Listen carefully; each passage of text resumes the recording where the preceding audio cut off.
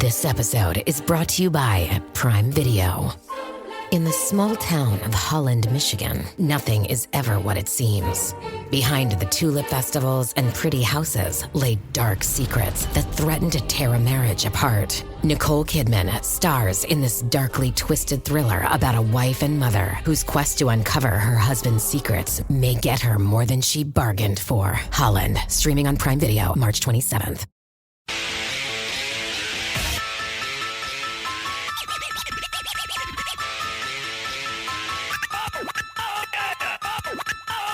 This is the Stone Zone with Roger Stone. People love him and respect him. Roger Stone. Now, get in the zone. It's the Stone Zone. Here's Roger Stone. You are entering the Stone Zone, and I am your genial host, Roger Stone. Here we talk all things political, and there is no bigger story today than the delivery of the promised release of the documents pertaining to the murder of President John F. Kennedy on November 22nd, 1963. A senior editor at the National Enquirer once told me that on any given month when that publication was short of revenue, they would merely put a Kennedy assassination-related story on the cover, and they would sell almost 200,000 copies more that particular week. That's because the Kennedy assassination is an enduring murder mystery in which we still don't seem to have all of the answers. President Donald Trump promised throughout his campaign to release all of the documents in the John F. Kennedy Assassination Records collection. It's interesting that in 1994, the Congress mandated that all documents pertaining to the murder of our 36th president be released in the year 2017. That is the first year of the Trump presidency. Back in 2017, I urged President Donald Trump to release all of these documents, and I thought that he would do so, deciding only at the last minute to hold back about 20% of the documents, and then did so at the behest of the CIA director, Mike Pompeo, who argued that full release would expose the methods and sources of that intelligence agency. Since that time, on the campaign trail, President Donald Trump has concluded that that decision on his part was an error, and he pledged repeatedly to release all of the documents. Late yesterday afternoon, there were reports that the release would be delayed because the U.S. Justice Department was reviewing the documents over, quote, national security concerns, close quote. But late in the day, the Director of National Intelligence, Tulsi Gabbard, released the long-awaited JFK files.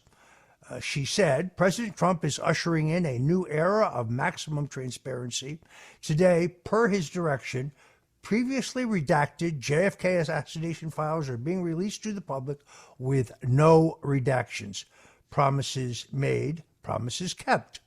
In a longer statement, the Office of the Director of National Intelligence wrote, President Donald Trump promised maximum transparency and a commitment to rebuild the trust of the American people in the intelligence community and federal agencies. Part of that promise was to fully release previously classified records related to the assassination of JFK, Senator Robert F. Kennedy, and Dr. Martin Luther King Jr. Starting today, those records will be available online at archives.gov/JFK.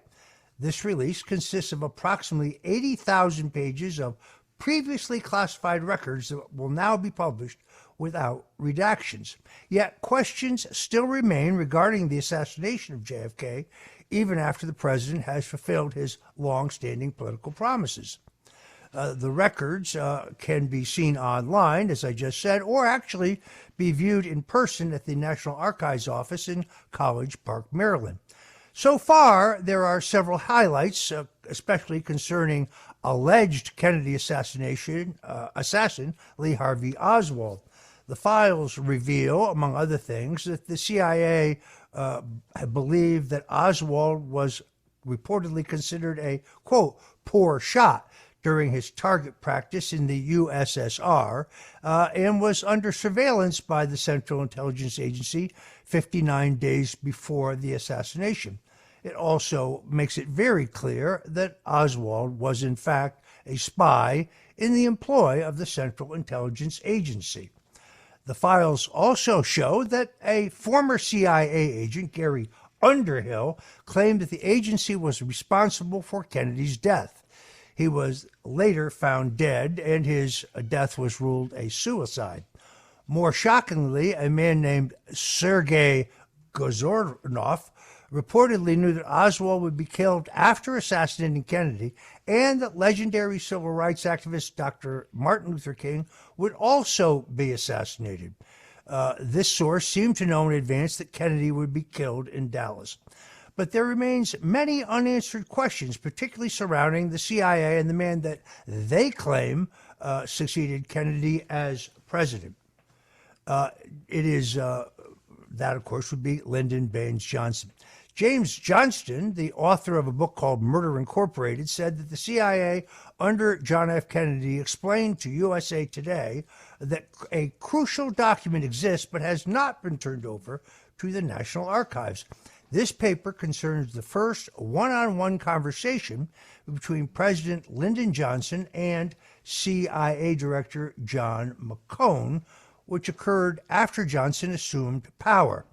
Now, Philip Sheehan, in his book, A Cruel and Shocking Act, The Secret History of the Kennedy Assassination, noted that McCone, who was the CIA director, has long been suspected of hiding crucial details from the Warren Commission, the panel that Johnson created to supposedly investigate the assassination.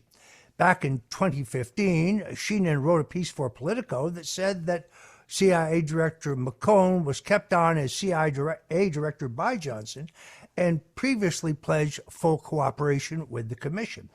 Now, Johnson's original plan was to appoint a State of Texas commission. He had U.S. Supreme Court Justice Tom Clark in mind to chair such a commission, but was persuaded that the American people would not buy the conclusions of a state commission and that a federal commission was required. The Warren Commission obviously took McCone at his word, but as noted later, the CIA later acknowledged McCone had hidden substantial information from the Warren investigators. There are many, many holes in the entire story. If Lee Harvey Oswald shot and killed John F. Kennedy using a World War II vintage $26 Italian carbine, why then did he have no powder burns on his chest or his arms or his hands? I have seen nothing that dissuades me from the theory of my 2013 book, The Man Who Killed Kennedy, The Case Against LBJ, that Lyndon Johnson was at the helm of a plot to kill our 36th president. Johnson was under investigation in two of the biggest corruption scandals in U.S. history. The Bobby Baker scandal. Baker was the Secretary of the U.S. Senate, as well as a bagman for Lyndon Johnson, and the Billy Sol Estes investigation. Now, Billy Sol Estes was a flamboyant Texas wheeler dealer who had gotten enormous agricultural contracts through the largesse of President Lyndon Johnson, actually at that point, Vice President Lyndon Johnson, and was kicking back to Johnson. Interestingly enough, Robert Caro, who wrote a 3-volume Pulitzer Prize-winning biography of Johnson, fails to mention Billy Sol Estes at all. How strange. Then, only weeks ago, Billy Sol Estes' grandson released an audio tape that was a recording between Cliff Carter, the chief political operative for LBJ, at that time the executive director of the Democrat National Committee, and Billy Sol Estes himself, in which they openly discussed the fact that a man named Malcolm Mac Wallace had been hired by Lyndon Johnson to kill John F. Kennedy. Now, as I revealed in my book, Wallace's fingerprints were found on the 6th floor of the Texas School Book Depository building, both on the window casing and also on the cardboard boxes that formed the so-called crow's nest from which the shooter at that vantage shot.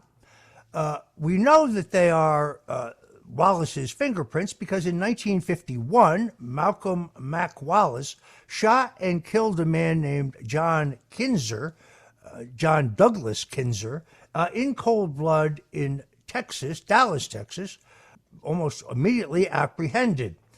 He shot and killed Kinzer, who at the time was trying to blackmail Senator Lyndon Johnson, Kinzer was having an affair with Johnson's Bohemian sister, and he was trying to blackmail Johnson regarding the theft of the 1948 election and other acts of corruption by Johnson. At least 6 people see a man standing in the window of the 6th floor of the Texas School Book Depository building who meets the physical description of Malcolm Mac Wallace. That is, middle-aged, heavy-set, balding, and wearing spectacles. 3 of the witnesses are in the county jail, which is directly across Dealey Plaza from the Texas School Book Depository building, and 3 of the other witnesses see this from the ground. None of that, of course, is reflected either in the Warren Commission findings, nor has it been included thus far in the documents released by the National Archives. I believe that Wallace is but one shooter. I would direct those who are interested to the recent documentary released by Paramount Plus called What the Parkland Doctors Saw. Now, that documentary demonstrates that the doctors at Parkland Hospital in Dallas, who attended President John F. Kennedy immediately after he was shot, witnessed wounds in the president that would have been consistent with JFK being shot from the front and the back. That, of course, means that in addition to Wallace, that there were multiple shooters. If there were multiple shooters, there was, therefore, a conspiracy. If anything, these new releases from the National Archives have only sought to reinforce what I believe is a false narrative, that Lee Harvey Oswald, acting alone, shot President John F. Kennedy, all 3 shots coming from the rear. And we haven't even gotten to the so-called single bullet theory yet. That theory, cooked up by Warren Commission counsel Arlen Specter, later a U.S. Senator from Pennsylvania, defies all logistics and ballistics. I'm Roger Stone. You're tuned into the Stone Zone. We'll be back with a lot more about the JFK assassination and the shocking but not particularly new revelations released only yesterday. If you're interested in politics, and particularly if you're interested in the truth about the Kennedy assassination, whatever you do, don't touch that dial.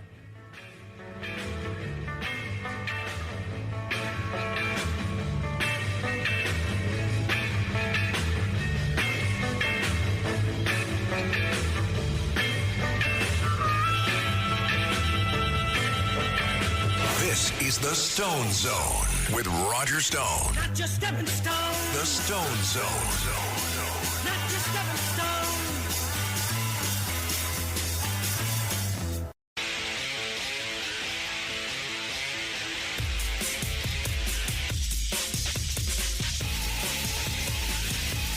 This is the Stone Zone with Roger Stone. They went after a guy named Roger Stone who's sitting in the office. And I'll say this in front of Roger, he's no baby. And right now he's cleaner than anybody in this place. No, they treated him very unfairly. Now, get him his own. It's the Stone Zone. Here's Roger Stone. And we're back. The big story today, the release of the JFK assassination archives as promised by President Donald Trump during the campaign, a promise that he has now fulfilled. It is impossible to parse 80,000 documents overnight, although many have tried. Joining us now is attorney and respected RFK researcher Tyler Nixon. He also represents Abraham Bolden, who is among, I think, the first African-American Secret Service agents who was there in Dallas. The story of Bolden is something we'll get into a little later, but Tyler, welcome to the Stone Zone. Roger, great to be with you. Congratulations. It is great to have you. I know few people as knowledgeable as you are about the Kennedy assassination. So let me ask you off the top, with these disclosures yesterday, what do you make of what you have seen so far? Well, I'm not surprised, and I think we've talked about this many times. I don't believe that there will be any sort of bombshell, smoking guns, or any type of dispositive evidence that comes out that conclusively says that it was any one particular person or that it was Lee Harvey Oswald. What I am seeing a lot of is a lot of focus on what I think would be considered the cover story, the story that they wanted to be believed, which Oswald wasn't a lone nut, that he was backed by Cuba or Russia in order to exacerbate and make worse and potentially spark war for the war hawks, the Curtis LeMays of the world, who wanted a confrontation with Russia and didn't mind potentially having a nuclear war. And Kennedy had thwarted that, and I believe that was part of what cost him his life. And what we're seeing are a lot of I think documents that are key to that sort of story. Oswald was controlled by this and that Russian operatives and that kind of thing. It's a lot of, to me, it's a lot of filler. It's really there's only been one, I think, document, the Underhill, the memo that indicates that that gentleman named Underhill, the day of the assassination, went to friends with with terror. It was terrorized. Said that the CIA did it, and of course he committed suicide supposedly 6 months later. And, that's kind of a little juicy tidbit, but nothing the core of the story.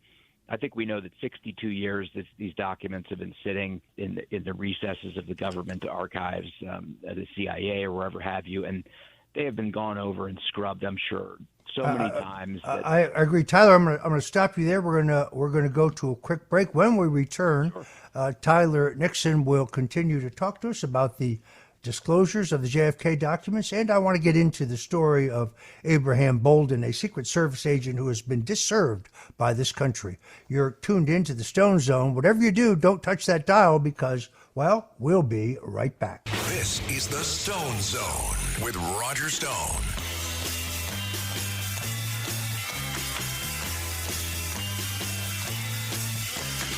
I'm not your stepping stone.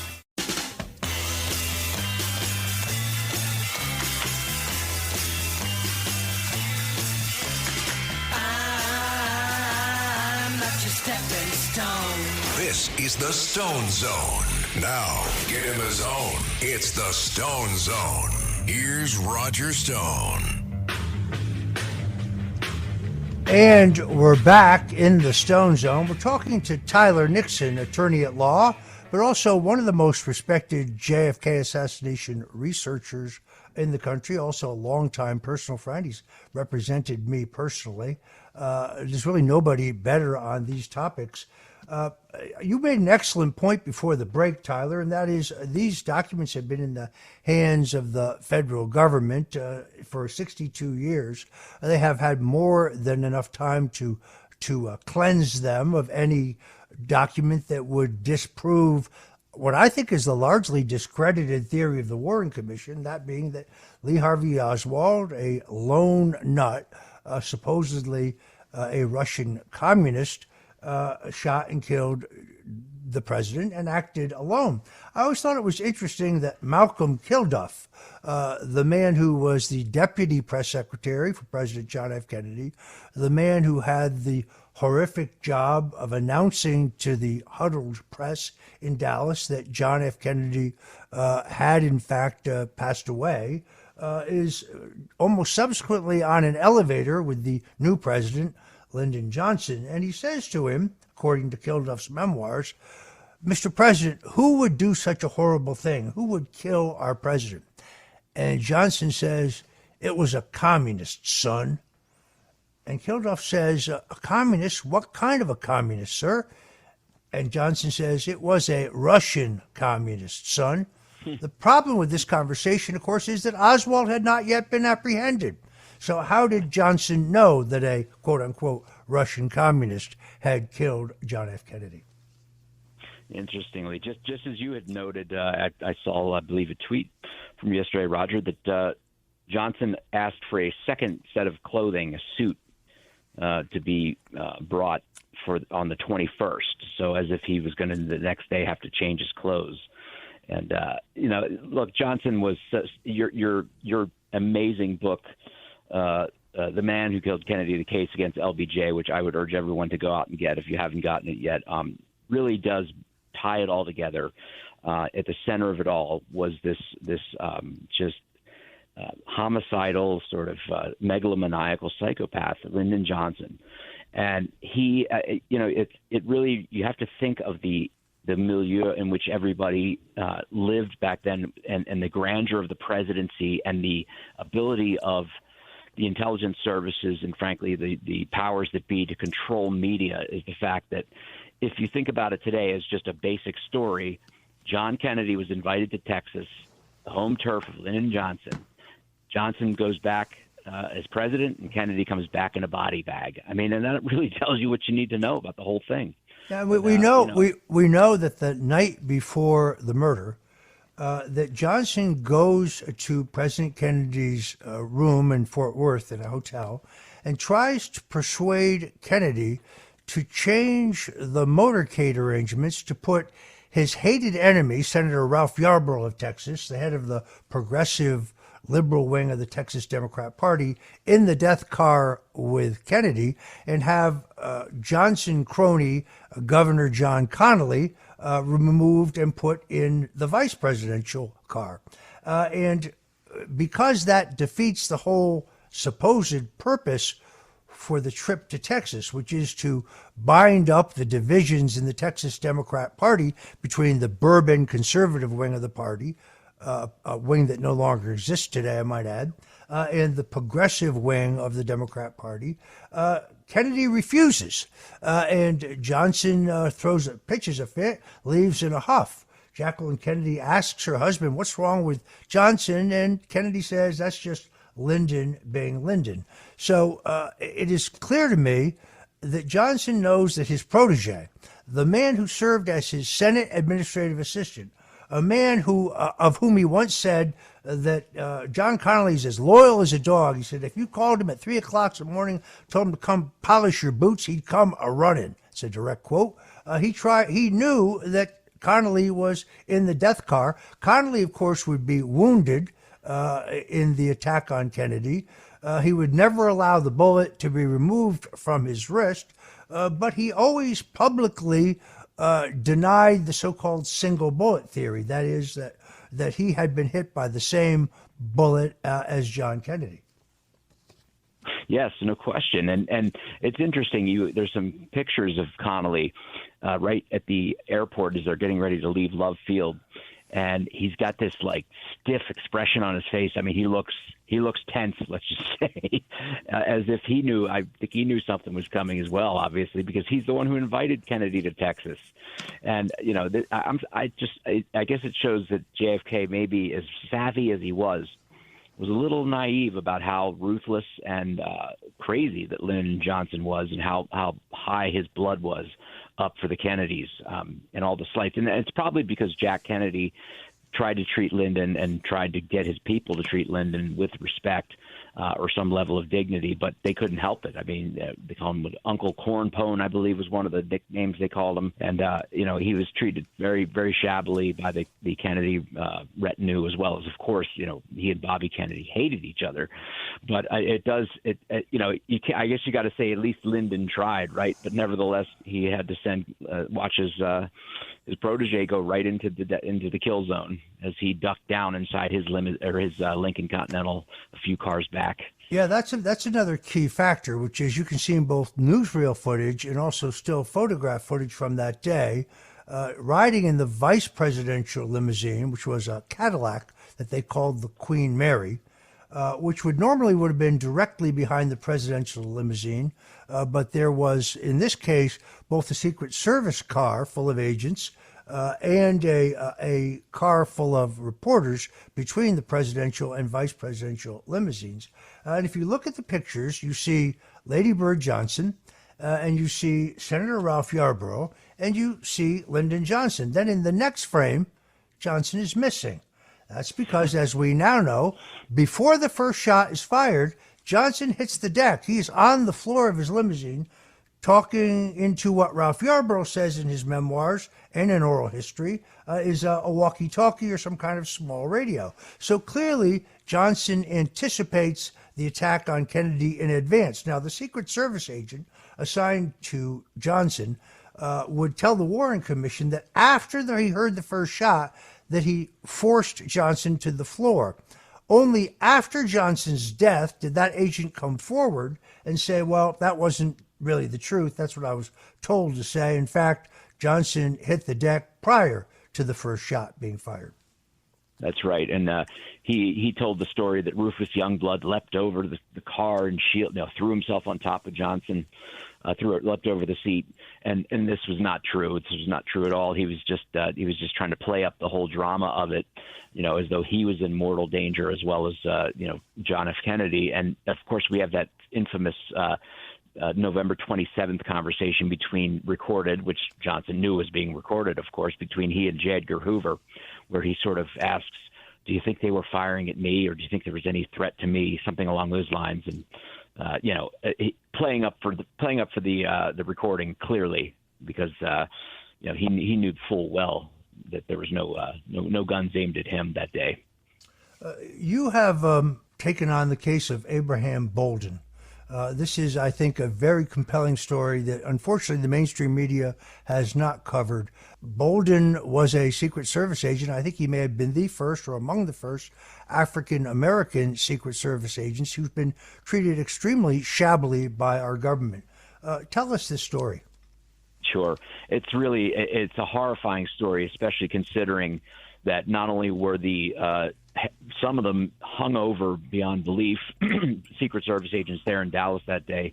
None, not a single agent was either disciplined. In fact, many of them were promoted. The shift supervisor, Emery Roberts, who told the agents to freeze in the limousine behind Kennedy's limousine, the Queen Mary, told them to freeze as the shooting began. He became the appointment secretary to Lyndon Johnson, kind of an odd role for a Secret Service agent, but that, again, touches back on Lyndon's complicity. But Abraham Bolden was the first black Secret Service agent ever to serve on the White House detail. He was hand-selected by President Kennedy when President Kennedy came through Chicago on April 28, 1961. Bolden served. It was a brief period because he experienced such intense racism amongst the agents and constantly being lampooned. And he also saw among the agents quite a bit of laxity and carousing and drinking, similar to what the agents who were out in the cellar in Fort Worth till 4 a.m. the morning of the assassination did. Bolden returns to Chicago, is a extremely meritorious and brilliant undercover Secret Service agent doing busts on counterfeiters. He had been the first black detective in the Illinois State Police, and he was the first black Pinkerton detective. He had a spotless record. After the assassination, and by the way, he also had heard amongst agents, some of these Southern agents who called him, who took to referring to President Kennedy as a N-word lover. I won't use the actual term. And sentiments that they might not protect Kennedy or there to be an attack on him, which he found also shocking. So Bolden, of course, is shocked and just dismally disappointed and horrified at the assassination of President Kennedy, and in part because on November 2nd, 1963, the Secret Service in Chicago had busted up, well, not busted up, but learned of some Cubans who were in town staying in a rooming house. And the rooming house, I guess, the lady who runs it had been cleaning the room and found high-powered rifles and a map with the parade route proposed. President Kennedy was going to come to town to see the Army-Navy game. They broke that up, or they were onto it, and essentially President Kennedy's trip to Chicago ultimately was canceled. We're unclear as to why, but they bungled the pursuit of these Cubans. I think they only caught one of them. They interrogated him and apparently just let him go.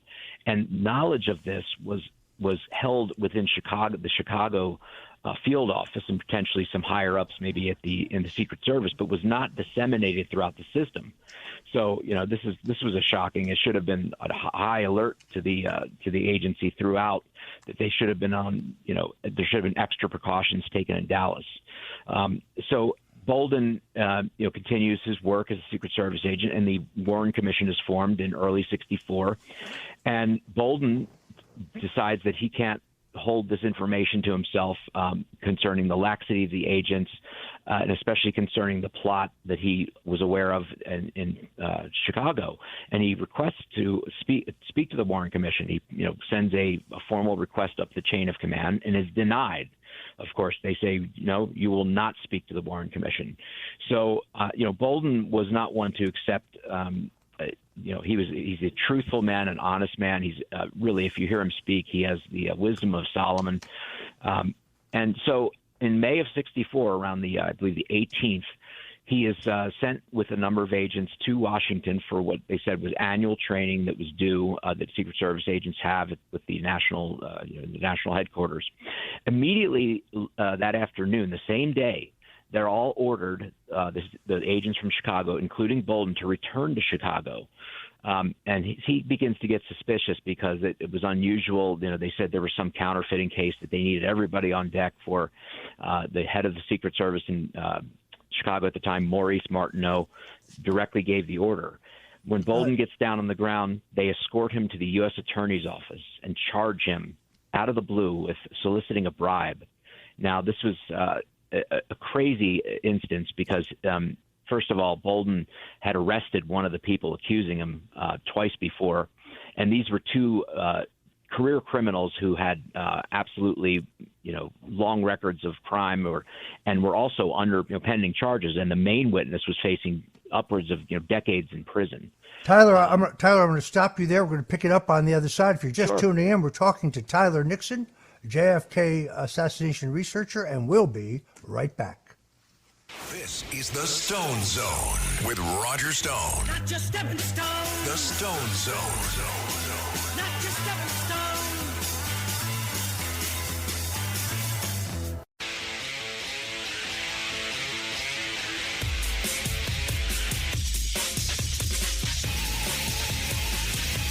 This is the Stone Zone with Roger Stone. They went after a guy named Roger Stone, who's sitting in the office. And I'll say this in front of Roger, he's no baby. And right now, he's cleaner than anybody in this place.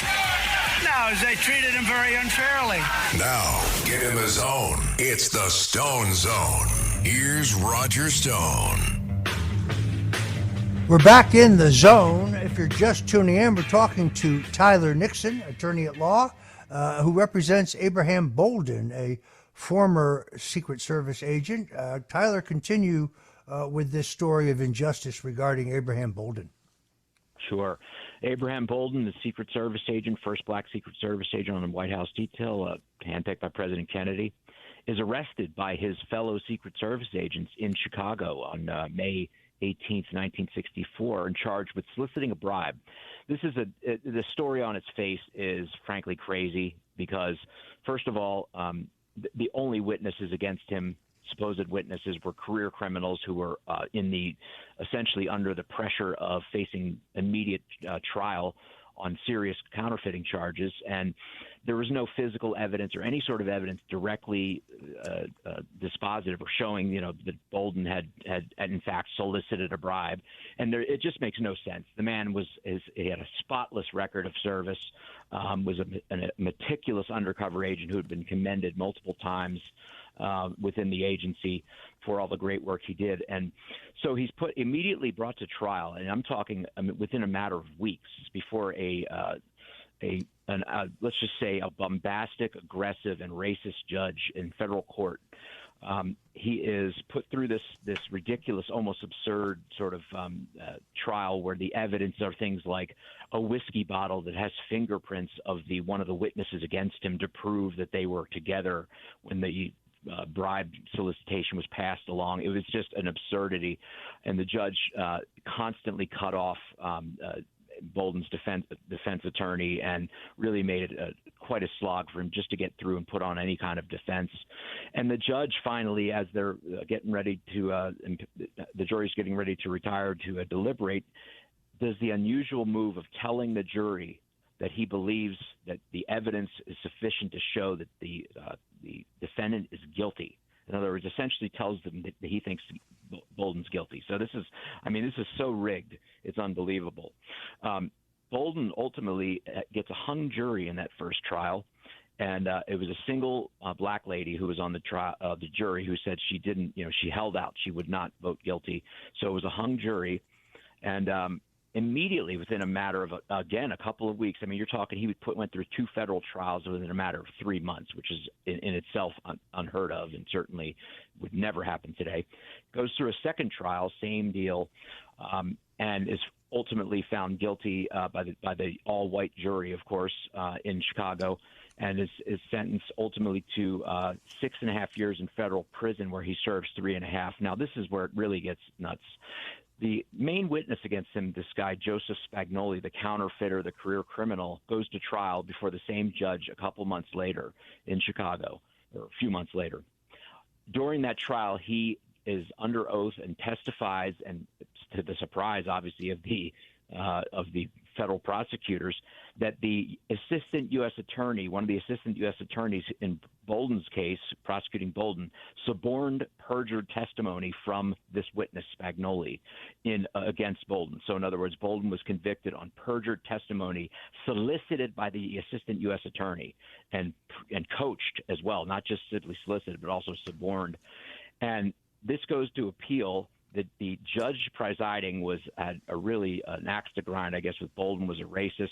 He refuses to even declare a mistrial, do anything about it. It goes up to appeal on the Circuit Court, the Federal Circuit Court of Appeals, and this information is brought out. This assistant U.S. attorney is called before the Court of Appeals to answer for the perjury charge, or the suborning perjury charge, whether he did this. He pleads the Fifth Amendment before the Court of Appeals, if you can believe that. How would that be acceptable anywhere, in any ethical environment or fair environment? Where Tyler, we've got about 1 minute. You are fighting for Okay. justice for Abraham Bolden. Yes. Tell us how folks can support that fight. Well, right now we're getting ready to request that the president settle Abraham Bolden's civil case and order the vacatur through Pam Bondi of his conviction in Chicago in 1964, and that he be restored as a Secret Service agent. And there will be more coming on that, Roger. I don't want to. Everybody can catch my Twitter feed, my X feed at Real Tyler Nixon, and I'll be posting more and more information about that in the days ahead. And I appreciate your support, Roger. You worked so hard to try to get him a pardon several years back, and he ultimately did get one, but justice has not been done yet in his case. All right. I want to thank our guest, Tyler Nixon, and also for laying out the story of injustice against Abraham Bolden, the first African-American Secret Service agent assigned to a presidential detail. This has been the Stone Zone. We appreciate your tuning in. Until we meet again, God bless you and Godspeed.